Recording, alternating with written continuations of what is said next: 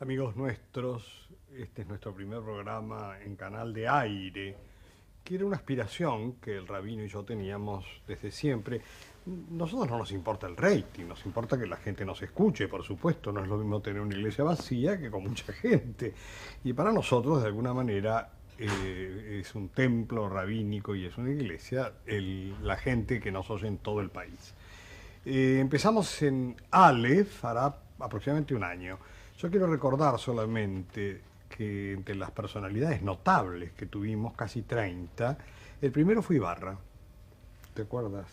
Aníbal Ibarra, el primer invitado, que no fue precisamente la mejor audición que tuvimos, pero bueno, nosotros no somos periodistas, somos religiosos y por tanto nuestro periodismo está teñido de una búsqueda siempre de Dios, sin la cual no tendría demasiado sentido invitar a personalidades a hablar y hablar nosotros. No, es cierto esto, lo que tiene de posibilidad el no ser un periodista y ser un religioso es que podemos preguntar sobre algunas facetas a las personas que vengan a visitarnos, que a lo mejor un periodista común por distintos motivos o prejuicios o porque su rol no se lo permite, nosotros sí nos vamos a atrever a preguntar.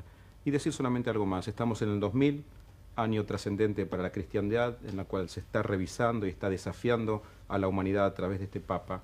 Los judíos creemos que Juan Pablo II tiene mucho que ver en este acercamiento. Nosotros dos sentimos que tenemos en él una figura que inspira este diálogo y probablemente lo que nos hermana es justamente que yo insisto en ser judío, el obispo insiste en ser cristiano y los dos podemos ver mucha belleza en la tradición del otro. Por eso te invitamos a que compartas junto a nosotros este primer minuto de la semana y cada semana esta posibilidad de dentro de un diálogo poder redescubrirnos.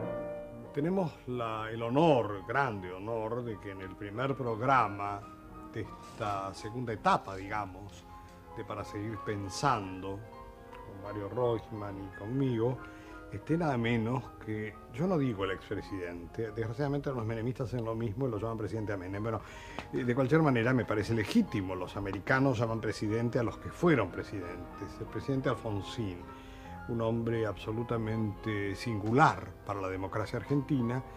Yo no voy a hacer elogio porque todo el mundo sabe que soy muy amigo de él, tan amigo que dicen que soy radical y yo no soy nada, pero lo quiero entrañablemente y le debo mucho, de manera que estamos encantados los dos, Mario y yo, de tenerlo aquí.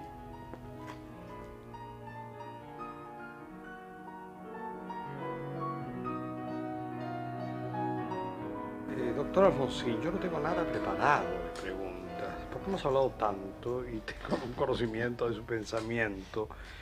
De cualquier manera empiezo con una pregunta. Usted sabe que el radicalismo tiene fama de una cosa ciertamente anticlerical, lo cual es injusto porque Irigoyen fue un hombre que le decía a sus correligionarios, y fíjese la palabra, correligionarios, que en la provincia visitaran al cura, que era muy importante para las elecciones. Además hablábamos, señor, del régimen falaz y descreído. Del anterior, claro, sí. Bueno, quiero decir esto. Yo conozco al doctor Alfonsín, yo no les voy a decir que es un católico militante como otros de su familia, pero es un hombre de fe, no tengan la menor duda. Yo me acuerdo cuando le di los sacramentos en el hospital italiano, bueno, estaba totalmente perdido, no es que me atendió demasiado. Pero que es importante que los argentinos sepan que no se trata de un agnóstico, ni se trata de ninguna manera de un hombre lejano, empezando por su formación familiar. Tiene una madre de 94 años, a lo mejor 95 ya. 94. 94. Excepcional. Yo la fui a visitar cuando él estaba enfermo y esta mujer, que hablamos horas, me dijo, estaba leyendo un libro sobre Kosovo. Señores, 94 años. Bueno, de allí surge un hombre como Raúl Alfonsín. Muchas gracias por el recuerdo, monseñor. Sí, mamá, gracias a Dios, está muy bien, está lúcida. Muy Y lúcida. sobre todo sagaz. No se le puede mentir, eso es lo malo. Y tiene un recuerdo muy lindo de su visita también, por supuesto. Estaba pensando recién el obispo contó cuando fue a dar los sacramentos. Yo me acuerdo que por mi ignorancia decía, ¿cómo los sacramentos? Estamos todos haciendo fuerza para que salga de esto y vos le estás dando los sacramentos. Eso me explicó que no tiene que ver con... También es un acto de esperanza. ¿Qué pasó por su cabeza cuando estaba ahí adentro? Bueno, en ese momento, como dice Monseñor, no pasaba nada porque estaba totalmente drogado. Yo tenía 10 costillas quebradas, las costillas duelen mucho, entonces para evitar el dolor, que es una de las causas de la muerte, me tenían muy dopado, diría.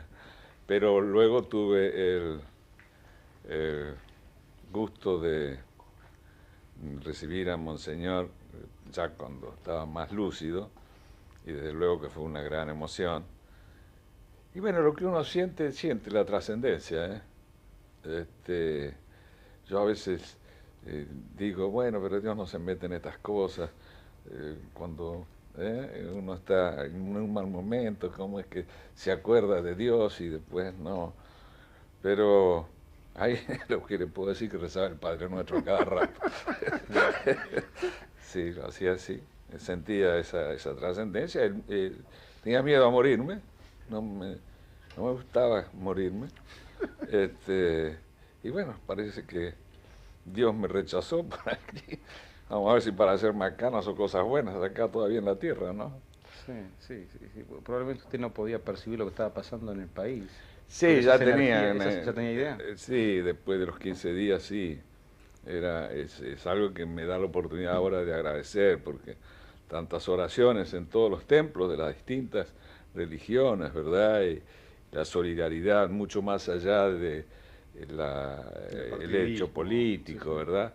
Es conmovedora y me siento muy en deuda con todos, realmente lo digo con absoluta sinceridad y con cierta emoción. Yo quiero decirles, aunque todo el mundo lo sabe, pues salen en los diarios, que la primera salida del presidente de su casa en un día de lluvia infernal, yo no sé cómo se atrevió, fue para los 70 años míos. Esos que dicen que yo no digo la edad, no la puedo decir más. Me acuerdo de Tita Merelo, que siempre se agregaba años. No, años no me agregó, pero tengo 70.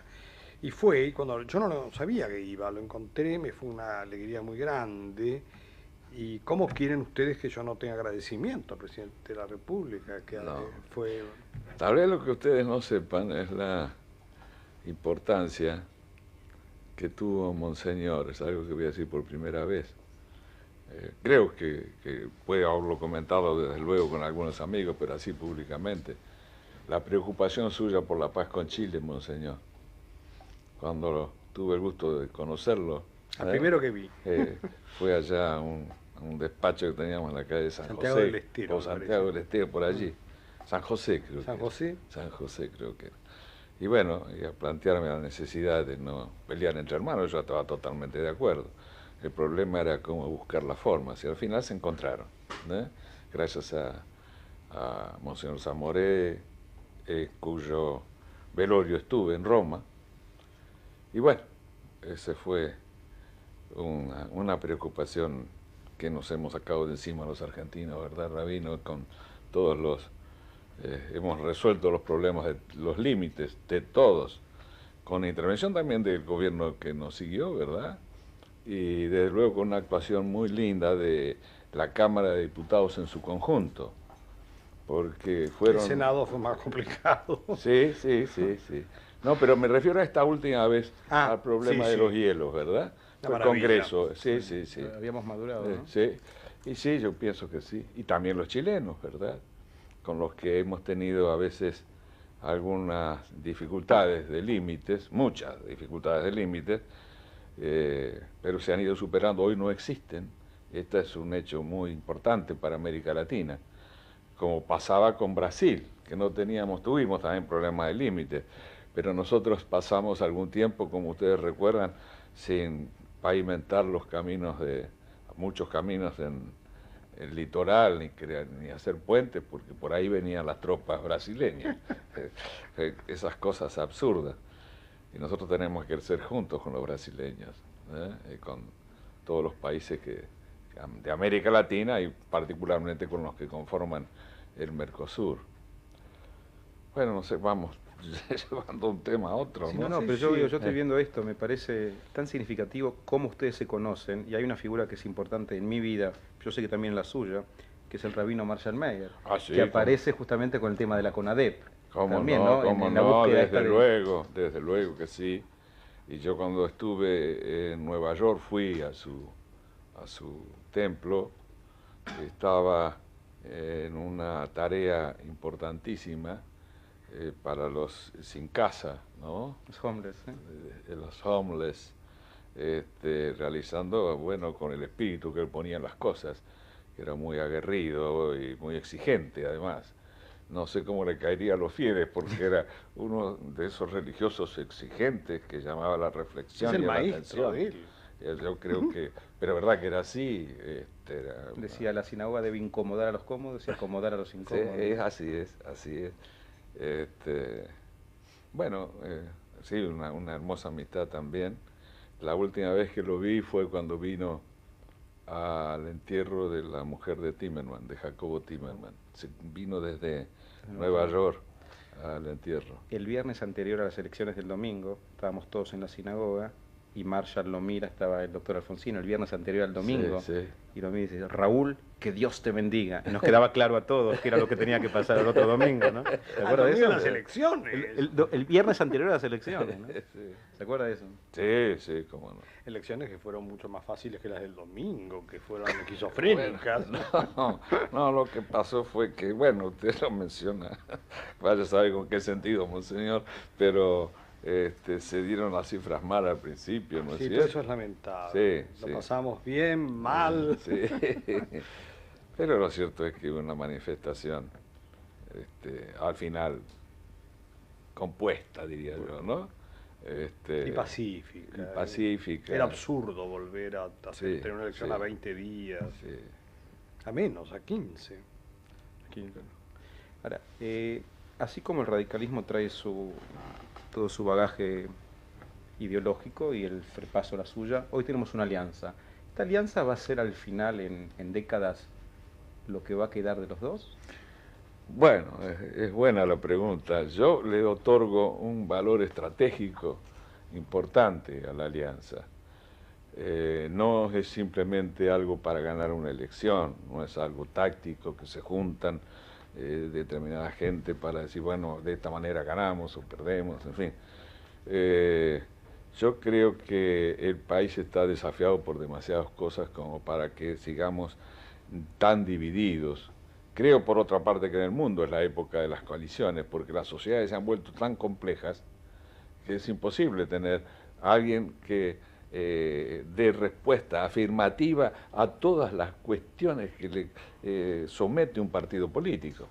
Entonces hay que darle a quienes piensan parecidos la oportunidad de que apoyen aquellas cosas fundamentales, ¿verdad?, esenciales. Yo digo siempre, un pueblo actúa, es una nación recién cuando actúa con comunes denominadores, defendiendo objetivos comunes, luchando por concretarlos. Y bueno, entonces creo que la alianza no significará la desaparición de los partidos, pero formaremos cada vez más una suerte de partido confederado, no sé, es muy difícil hablar de lo que va a venir en nuestro país, sobre todo, ¿verdad? Pero yo creo que todavía nos falta.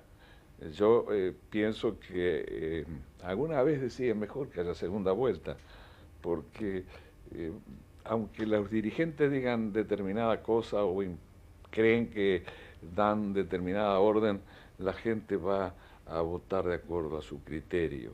Y entonces allí es capaz somos capaces de encontrar una unión mayor todavía, una alianza más grande, de que nos permita resolver los enormes desafíos que tiene un país que, bueno, ha perdido su capacidad de decisión de una manera peligrosa. Necesitamos más, necesitamos más.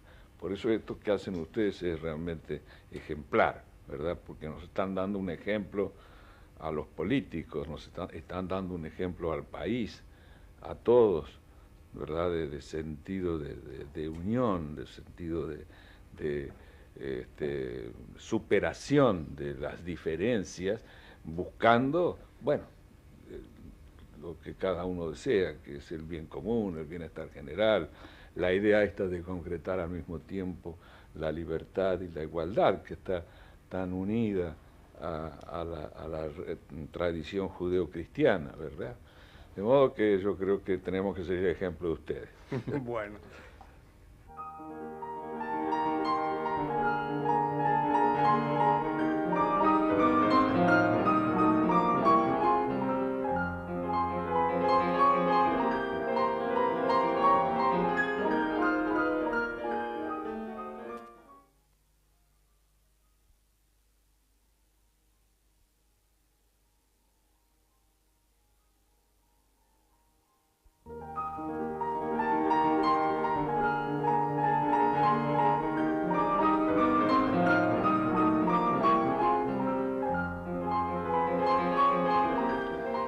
Doctor Alfonsín, yo le quiero hacer una breve explicación porque le sirve a la gente que no nos ha visto en un canal de cable que no lo transmite Cablevisión, por ejemplo.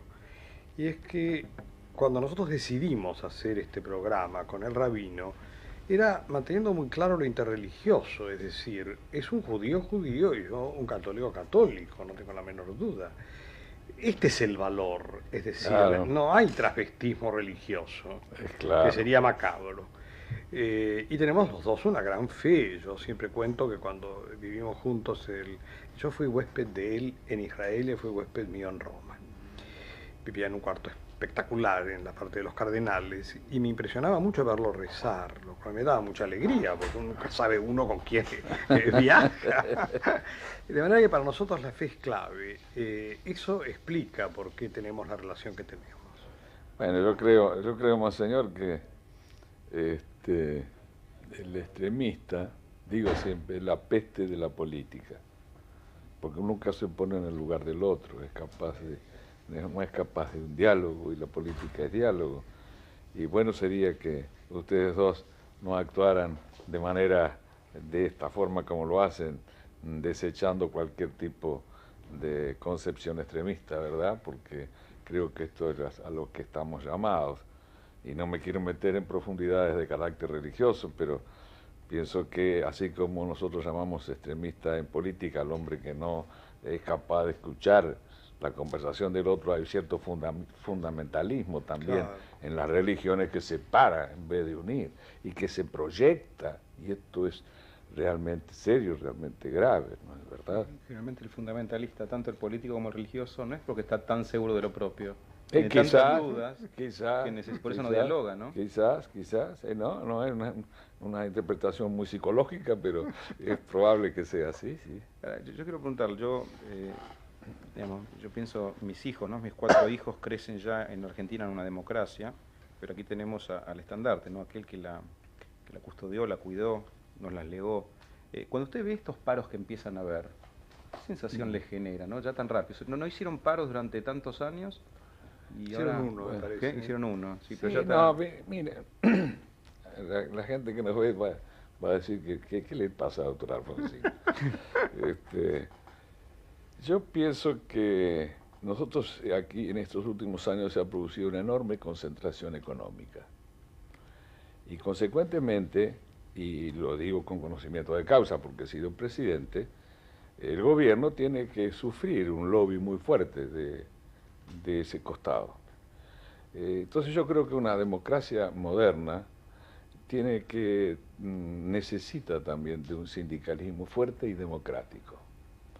La pena que me da a mí es que se produzcan episodios que están Violentos. reñidos con la democracia, pero no porque haya un sindicalismo capaz de ir a una huelga, porque no le ha gustado determinadas cosas.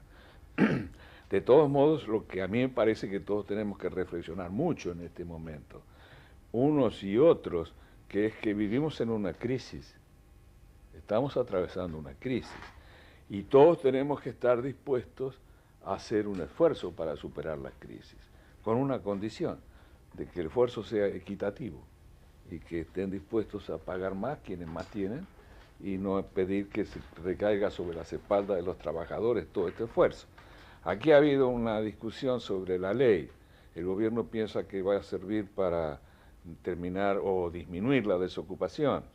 Piensa que con el aumento del periodo de prueba algunos empresarios se van a animar a tomar más trabajadores.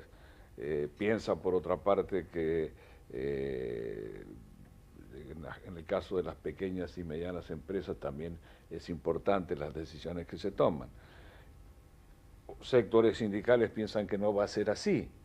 Yo digo, esperemos un poco a ver quién tiene razón y rectifiquémonos, pero no rompamos el diálogo, ni nos insultemos, ni actuemos de manera no republicana, mucho menos no democrática, porque yo hago una diferencia entre república y democracia, sería muy cansador para todos escucharla.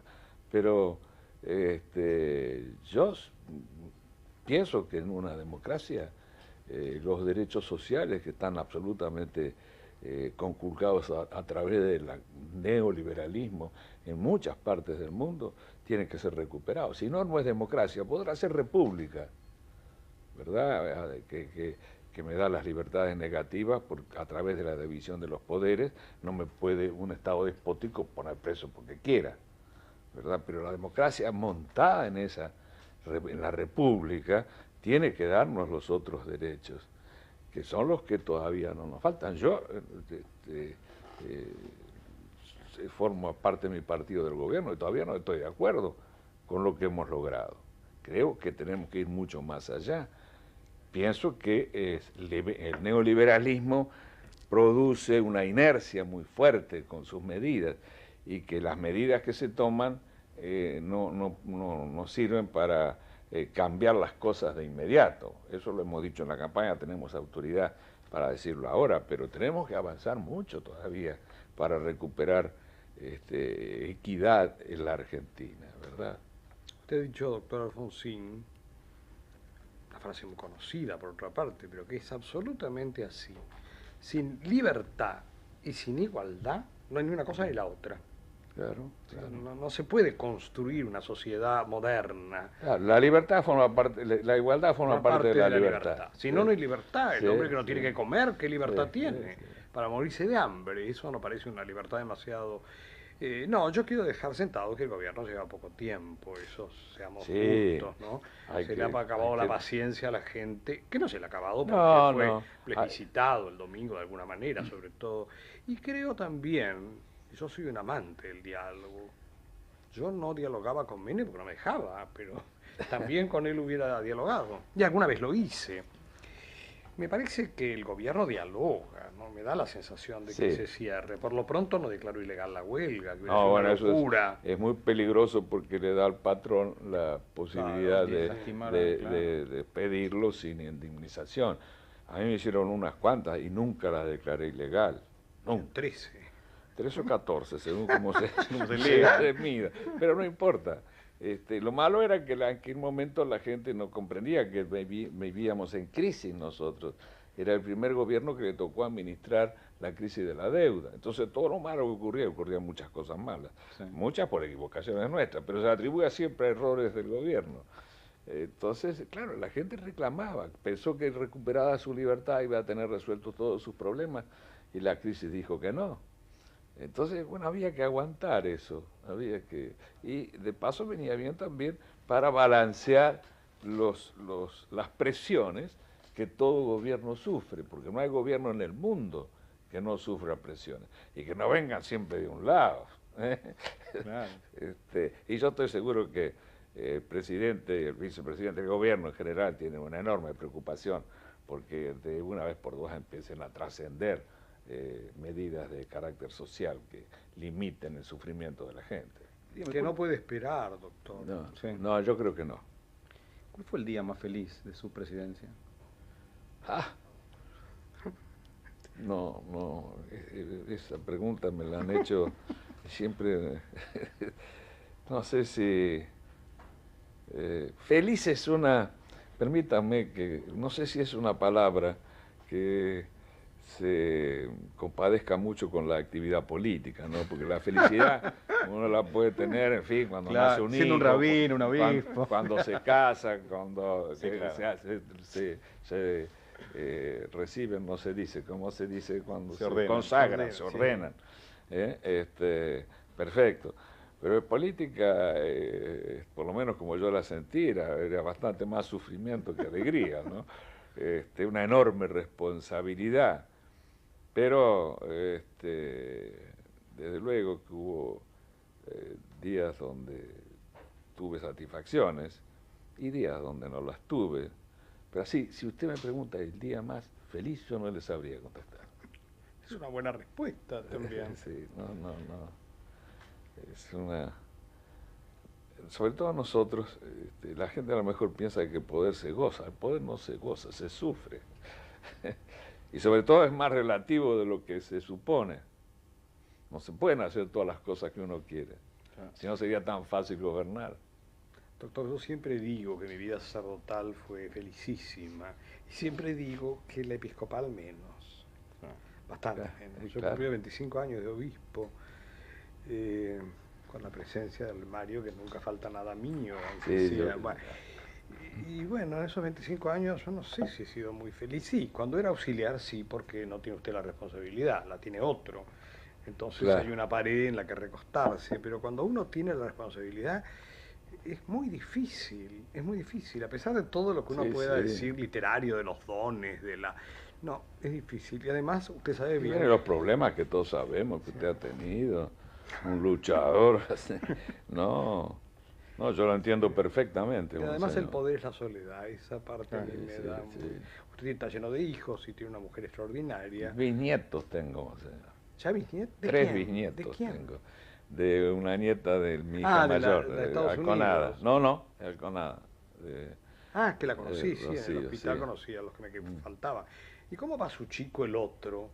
El que Ricardo, se dedica a la política. diputado. Y bueno, bien, me va muy bien. Yo le digo a él que me parece, porque para hacer política, aunque hay que tener, nunca perder la sensibilidad, hay que tener un poquito el cuero duro, se le tiene que ir haciendo duro el cuero a uno, ¿no? Porque tiene que estar dispuesto a que le digan cualquier barbaridad.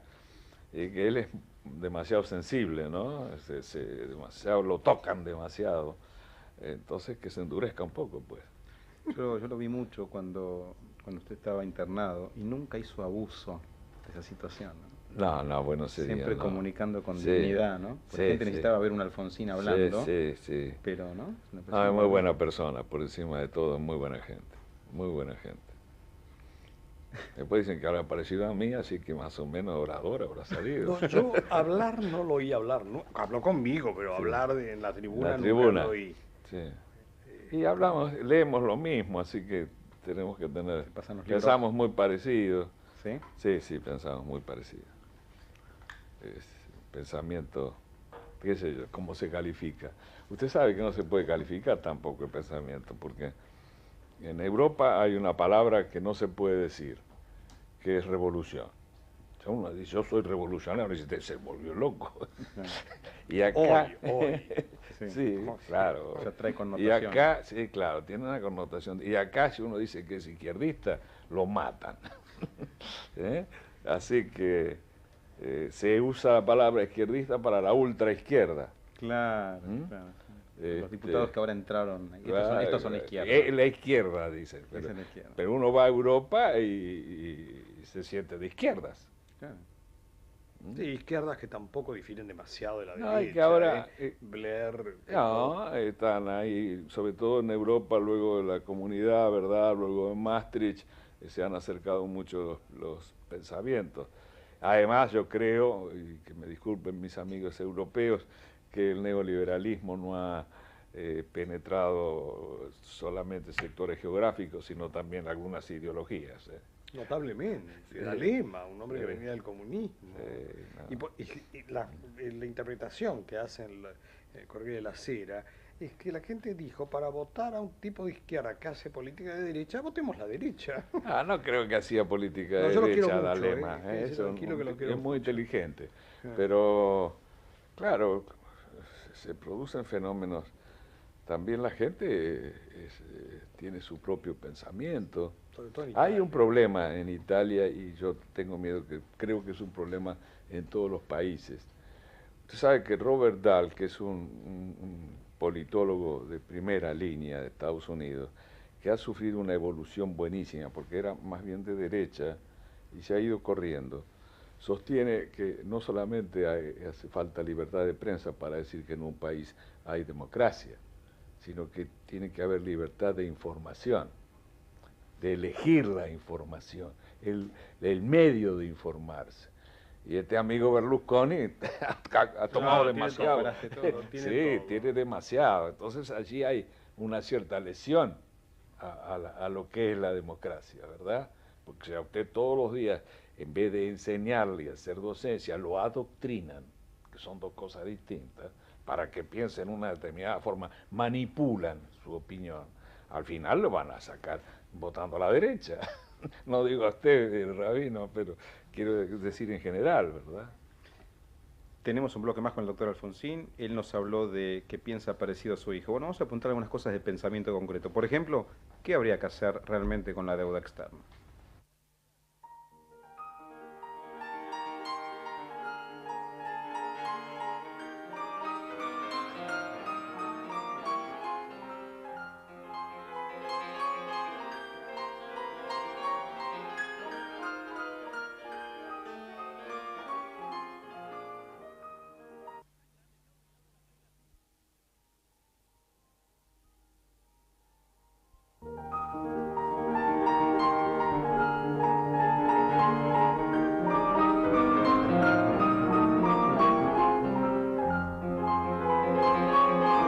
Para aquellos amigos que enciendan recién ahora, recién le preguntábamos al doctor Alfonsín, siempre tan categórico y claro con su pensamiento, una pregunta que a muchos nos preocupa y queremos tomarla con responsabilidad, pero con sensibilidad. Está Juan Pablo II, acaba de ser claro, los obispos en Argentina van a ser claros ahora.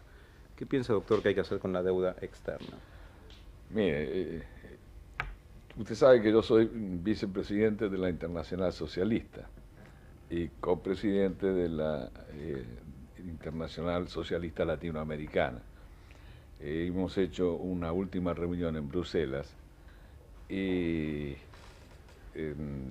entre las cosas por qué luchar, no como definiciones, sino como algo por qué luchar, por qué definirse permanentemente, una campaña se llaman, ¿verdad?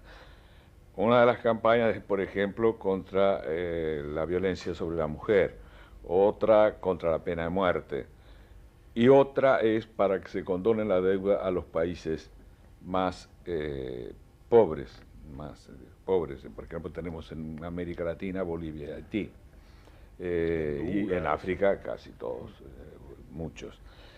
Ahora, yo en la discusión que se tuvo, formo parte además de un grupo más chico, sostuve la necesidad de que se dijera alguna frase o palabra en el documento referido a los países intermedios como Argentina, que no pueden seguir pagando estos intereses, este tipo de deuda, a mi criterio. Y no lo logré en el documento porque se trataba de una campaña, querían focalizarla más, ¿no? Y acepté los razonamientos que se hicieron.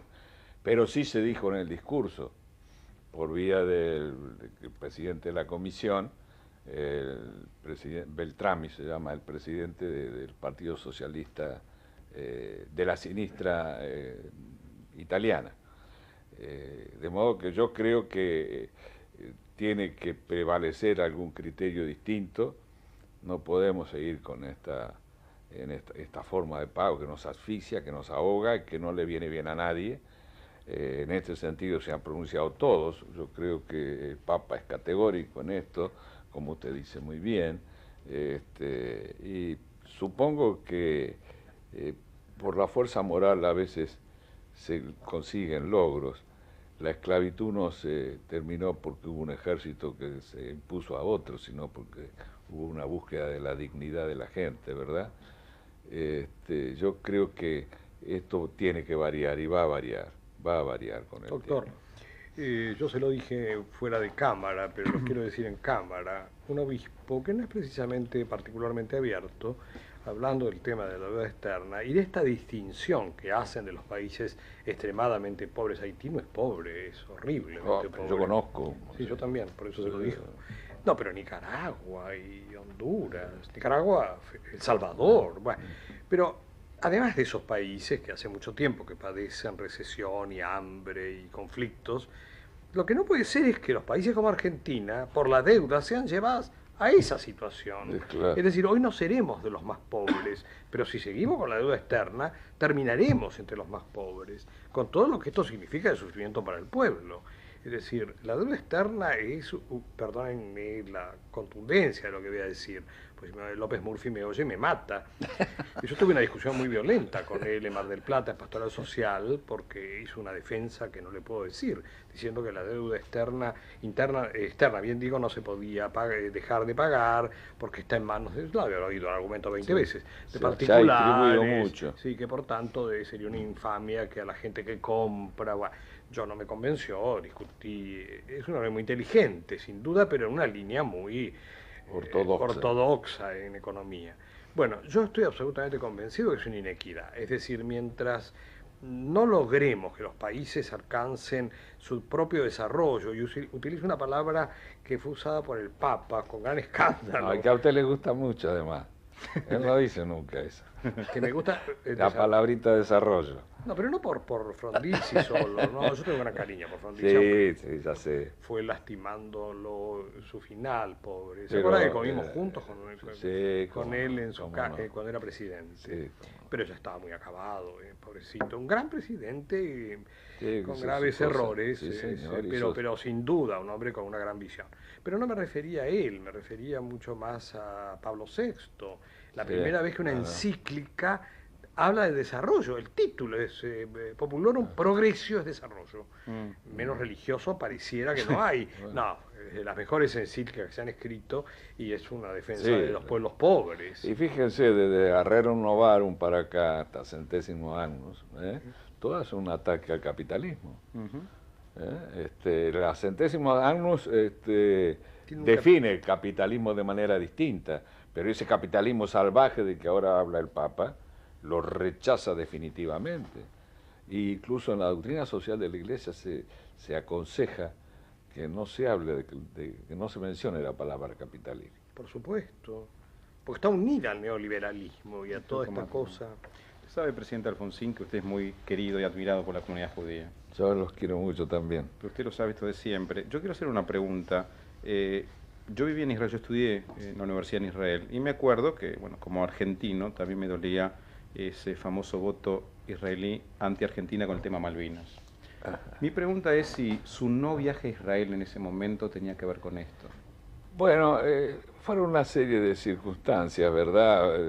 De alguna manera también esto podía haber incidido, pero yo tenía muchas ganas de ir. Siempre íbamos postergando porque había algún episodio, imagínense todos los problemas que yo tenía acá. No solo las huelgas generales, sino también algunos episodios militares. Entonces, siempre quería llegar, ¿no? Con Shamir tuve una anécdota muy linda. Es la primera vez que había ido yo a las Naciones Unidas, en Nueva York, él pide verme, y como era él, usted muy bien. Lo conoció, bueno... Metro 10. Usted tiene que facilitar la salida de judíos de Argentina hacia Israel. Y yo con el mismo tono le dije, de ninguna manera, lo necesitamos allá. Así que fue muy gracioso, claro. Al final se rió, en fin, fue muy linda reunión. Era un hombre conservador, muy conservador. Muy conservador. Así que, bueno, si hubiera estado Simón Pérez, seguro que estaba ahí yo. Estaba ahí, firme. Sí. Después fui, desde luego, a Israel y a no solo a Tel Aviv, a Jerusalén, cuando el atentado en la embajada, ¿verdad? Yo necesito preguntar de nuevo. Como presidente usted se va a llevar muchas preguntas a su interior y a su vida, no las va a compartir. ¿Un presidente puede no saber lo que pasó con la AMIA en la embajada? Mire, yo le contesto con algo que yo no sé. Yo no sé qué pasó en la tablada. Fíjese. Y tengo las versiones más extrañas que ni siquiera las quiero decir en cámara. Pero no sé, bajo palabra de honor, qué es lo que pasó en la tablada. En realidad, está la versión de que se quería, lo que decían los muchachos, pobrecitos, se vieron ahí, que querían evitar un golpe. Yo eso realmente estaban influenciados por ideas muy locas, ¿no? En ese sentido. Pero yo todavía no sé. No tengo rencor, ¿no? A mí no me preocuparía que se tomaran las actitudes que se piden, no. Pero yo no sé. ¿A cuántos años hace de esto? Casi ya desde el 89, ¿no? Sí. No sé lo que pasó en la tabla. Fíjese cómo no va a saber. Muchas cosas no sabe el presidente. Yo diría esto, son dos cosas distintas. Lo que dice usted tiene toda la razón. Y además ese es un hecho muy complejo, el de la tablada. Pero claro, cuando hay dos atentados que nos ponen muy mal con el mundo, no digo con Israel, que nuestra capacidad de investigación sea tan pobre. No, eso es otra cosa. Es otra. Fíjese, Estados Unidos, en 2 días, a los que pusieron las bombas, claro, hablo de la primera potencia mundial, de las torres, en 2 días tenían... Pero tuvieron una suerte enorme de descubrir la cinta, torpeza, ¿no? De ellos, ¿no? Claro. Bueno, aquí nada. también hay sobre este tema diversas interpretaciones, ¿no? Lo que está dispuesto el presidente es a hacer lo imposible por resolverlo, el actual presidente. Claro. Lo imposible por resolverlo. Claro que ha pasado el tiempo, y esto dificulta, evidentemente. Claro. Pero se ha ido mucha gente. Ha habido también sobre esto, usted sabe, Rabino, interpretaciones de distinto carácter. Tampoco conviene que se enuncien, ¿no? Sí, nos están avisando que hay que cerrar. A mí me da muchísimo dolor. Yo quiero agradecerle, los dos le agradecemos, porque ha sido realmente conmovedor todo lo que nos ha dicho. Nos ayuda hacia la paz, hacia una democracia verdadera. Y seguimos en otro bloque, ya sin el doctor Alfonsín, con lo cual nos quedamos, claro, bastante huérfanos. De ninguna manera, ¿no? Muchas gracias. No, gracias a ustedes, han sido muy amables. Agradezco mucho la invitación que me han hecho. No, para nosotros es empezar así, yo no sé cómo vamos a poder seguir, pero empezar así se va a ser más difícil. Gracias, señor presidente. No, gracias a usted.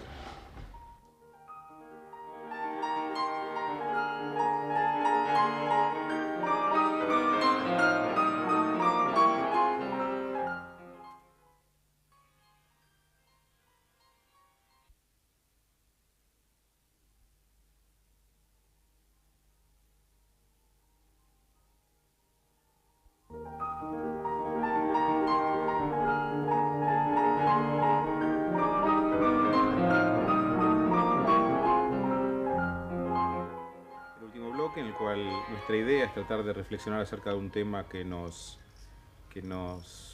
queme adentro, ¿no? Que nos dé ganas de compartir con ustedes y hablar entre nosotros, por supuesto no preparados, por eso lo disfrutamos más. El tema del perdón es un tema instalado en la sociedad religiosa y en la no religiosa a partir de Juan Pablo II. Pero la verdad es que el tema del perdón tiene varios milenios.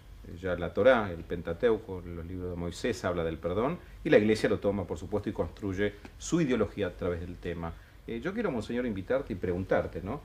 Aparte que hoy es columna vertebral de la Iglesia el tema del perdón del Papa, ¿cuál es el proceso de un perdón en una persona, ¿no? ¿Cómo funciona esto desde la visión cristiana? Voy a contestar muy en oblicuo. Uno de los documentos que los obispos van a sacar, cortitos, ¿no? Uno habla de los aborígenes, de que le devuelvan las tierras, otro habla de la amnistía de los no documentados. Obispos argentinos, ahora. de los no documentados, y el primero de los tres, si se guarda el orden que como los leímos, es el de las cárceles. El problema carcelario es un problema feroz. Bueno, y en uno de los puntos, el punto octavo, se dice que aquellos que tengan buena conducta y estén arrepentidos y den muestra de verdadera contrición, que se los libere. Yo me opuse a este modo de redactar, porque en un momento en que la sociedad está llena de crímenes y la gente que sale delinque de nuevo, ¿cómo sabes todos esos elementos? ¿Soy claro? El tipo que se confiesa te lo dice él: estoy arrepentido, tengo propósito de enmienda. Bueno, la cosa es muy clara, pero preguntale vos a un señor que ha cometido un asesinato si está arrepentido, te va a decir que sí con tal de salir. Yo creo que la cosa no es tan sencilla, y sobre todo me pareció que había que condicionar algo. A mí me parece bien que se pida amnistía y que se pida libertad, pero con alguna cosa más concreta.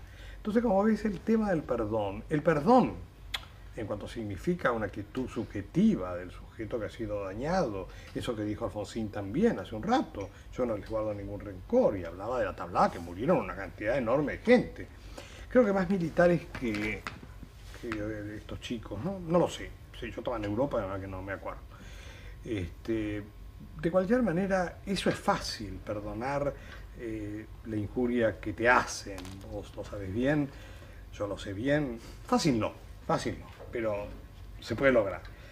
Y lo difícil es cuando hay un pecado público, y aquí entra, por ejemplo, todo el tema del genocidio argentino. De los pocos que utiliza el término de genocidio, pero es que es así. Claro, no tiene nada que ver con la Shoah, ni tiene nada que ver con lo que le pasó a los armenios. Pero, aunque los muertos no sean tantos, el tipo de represión fue macabro. La idea es las mismas, ¿no? Claro, exactamente. Gente que no tiene que vivir. Sí, porque es menos que personas. En vez de recuperar a esa gente, que no era fácil, tampoco yo quiero ser utópico, bueno, pero hay que intentarlo, ¿no? El Estado es el Estado, no está para reprimir de la manera que se hizo. Entonces, ¿ves? Ese es un ejemplo. ¿Qué es perdonar? Bueno, por lo pronto se requeriría en aquellos que actuaron un arrepentimiento como el de Balsa. Yo no sé si Balsa lo siente como lo dijo, pero me alegró mucho lo que dijo. No sé si... Es un valor simbólico altísimo, es el jefe mayor de Estado que reconoce que no fueron excesos, sino que hubo toda una...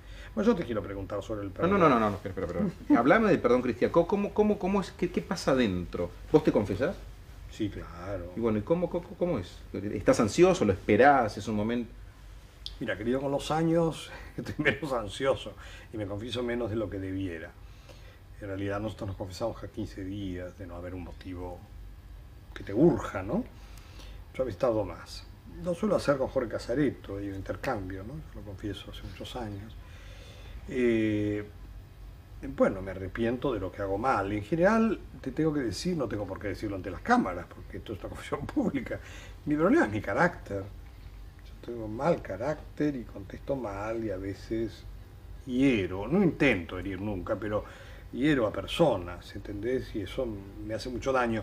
Yo tengo una enorme capacidad de arrepentirme.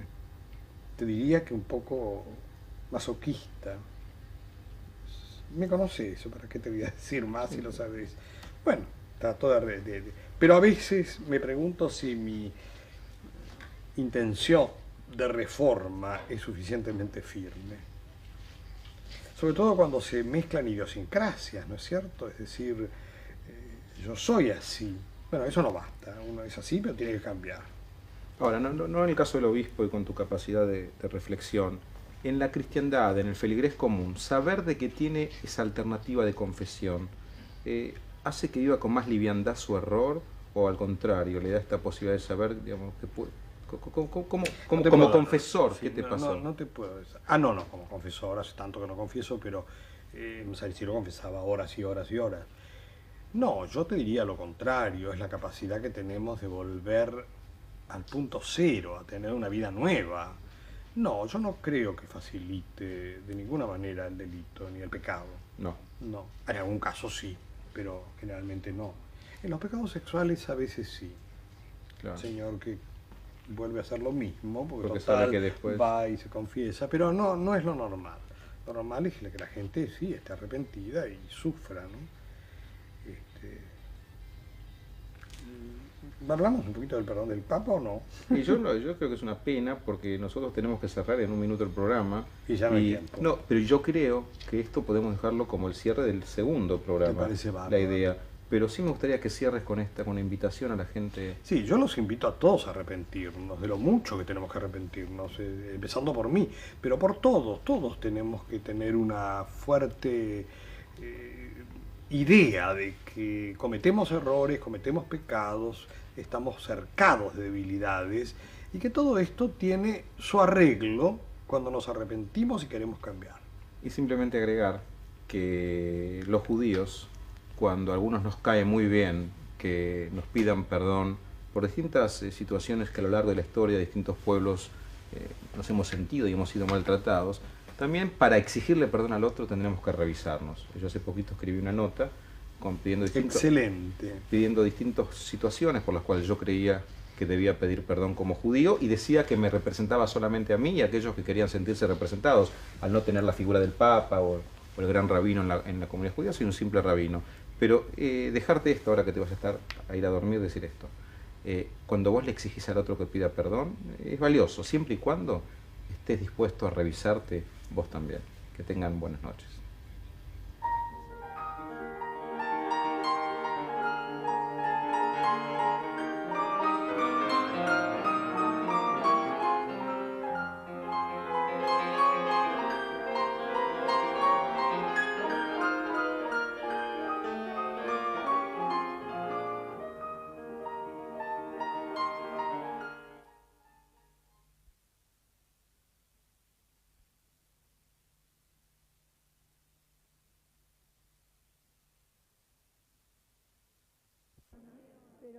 Me dijo, estaba leyendo un libro sobre Kosovo, señores, 94 años.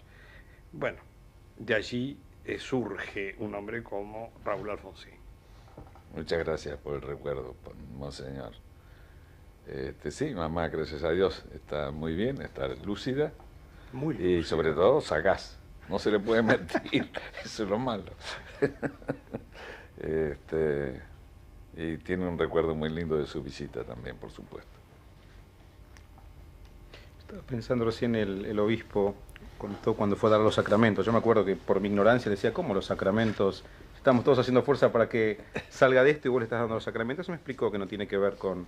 También es un acto de esperanza. ¿Qué pasó por su cabeza cuando estaba ahí adentro? Bueno, en ese momento, como dice Monseñor, no pasaba nada porque estaba totalmente drogado. Yo tenía 10 costillas quebradas, las costillas duelen mucho, entonces para evitar el dolor, que es una de las causas de la muerte, me tenían muy dopado, diría. Pero luego tuve el gusto de recibir a Monseñor ya cuando estaba más lúcido, y desde luego que fue una gran emoción. Y bueno, lo que uno siente la trascendencia, ¿eh? Yo a veces digo, bueno, pero Dios no se mete en estas cosas. Cuando uno está en un mal momento, ¿cómo es que se acuerda de Dios y después no? Pero ahí lo que le puedo decir que rezaba el Padre Nuestro a cada rato. Sí, lo hacía así. Sentía esa trascendencia. Tenía miedo a morirme. No me gustaba morirme. Y bueno, parece que Dios me rechazó para aquí. Vamos a ver si para hacer macanas o cosas buenas acá todavía en la tierra, ¿no? Sí. Probablemente usted no podía percibir lo que estaba pasando en el país. Sí, ya tenía idea. Sí, después de los 15 días, sí. Es algo que me da la oportunidad ahora de agradecer, porque tantas oraciones en todos los templos de las distintas religiones, ¿verdad? Y la solidaridad mucho más allá de el hecho político, ¿verdad? Es conmovedora y me siento muy en deuda con todos, realmente lo digo con absoluta sinceridad y con cierta emoción. Yo quiero decirles, aunque todo el mundo lo sabe, pues sale en los diarios, que la primera salida del presidente de su casa en un día de lluvia infernal, yo no sé cómo se atrevió, fue para los 70 años míos. Esos que dicen que yo no digo la edad, no la puedo decir más. Me acuerdo de Tita Merelo, que siempre se agregaba años. No, años no me agregó, pero tengo 70. Y fue, y cuando yo no lo sabía que iba, lo encontré, me fue una alegría muy grande. ¿Y cómo quieren ustedes que yo no tenga agradecimiento al presidente de la República? Que No. fue... Tal vez lo que ustedes no sepan es la importancia que tuvo Monseñor, es algo que voy a decir por primera vez. Creo que puede haberlo comentado desde luego con algunos amigos, pero así públicamente. La preocupación suya por la paz con Chile, Monseñor. Cuando tuve el gusto.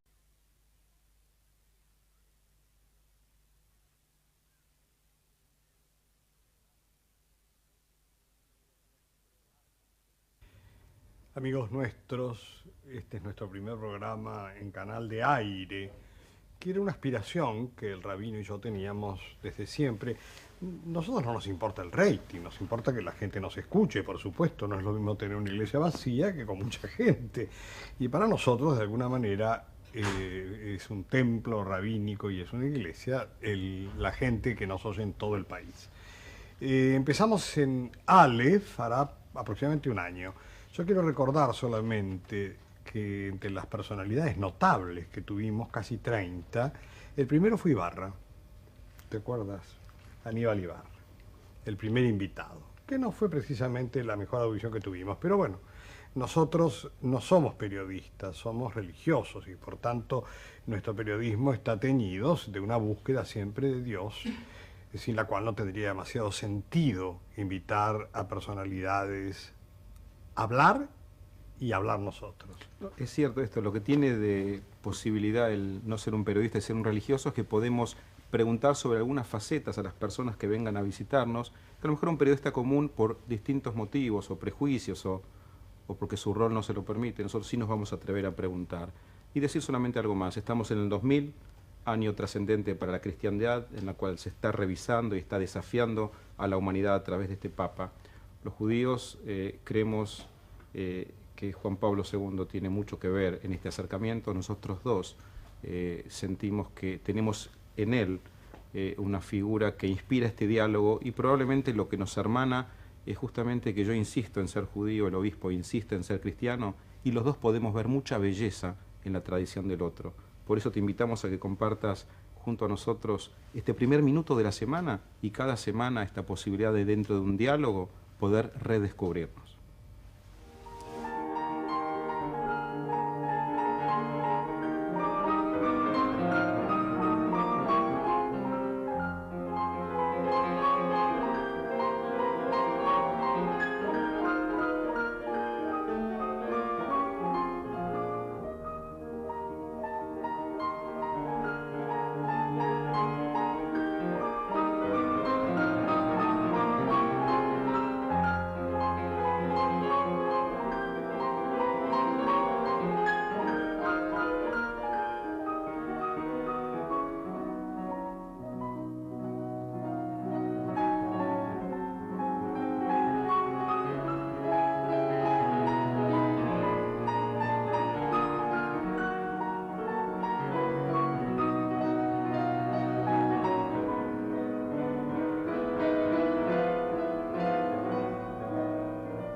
Tenemos el honor, grande honor, de que en el primer programa de esta segunda etapa, digamos, de Para Seguir Pensando, con Mario Reutemann y conmigo, esté nada menos que, yo no digo el expresidente, desgraciadamente los menemistas hacen lo mismo y lo llaman presidente a Menem. Bueno, de cualquier manera me parece legítimo, los americanos llaman presidente a los que fueron presidentes, el presidente Alfonsín, un hombre absolutamente singular para la democracia argentina. Yo no voy a hacer elogio porque todo el mundo sabe que soy muy amigo de él, tan amigo que dicen que soy radical y yo no soy nada, pero lo quiero entrañablemente y le debo mucho, de manera que estamos encantados los dos, Mario y yo, de tenerlo aquí.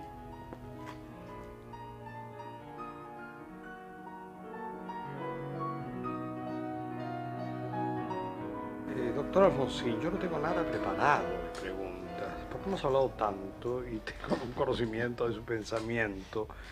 De cualquier manera empiezo con una pregunta. Usted sabe que el radicalismo tiene fama de una cosa ciertamente anticlerical, lo cual es injusto porque Irigoyen fue un hombre que le decía a sus correligionarios, y fíjese la palabra, correligionarios, que en la provincia visitaran al cura, que era muy importante para las elecciones. Además hablábamos, señor, del régimen falaz y descreído. Del anterior, claro, sí. Bueno, quiero decir esto. Yo conozco al doctor Alfonsín. Yo no les voy a decir que es un católico militante como otros de su familia, pero es un hombre de fe, no tengan la menor duda. Yo me acuerdo cuando le di los sacramentos en el hospital italiano, bueno, estaba totalmente perdido, no es que me atendió demasiado. Pero que es importante que los argentinos sepan que no se trata de un agnóstico, ni se trata de ninguna manera de un hombre lejano, empezando por su formación familiar. Tiene una madre de 94 años, a lo mejor 95 ya. 94. 94. Excepcional. Yo la fui a visitar cuando él estaba enfermo, y esta mujer, que hablamos horas,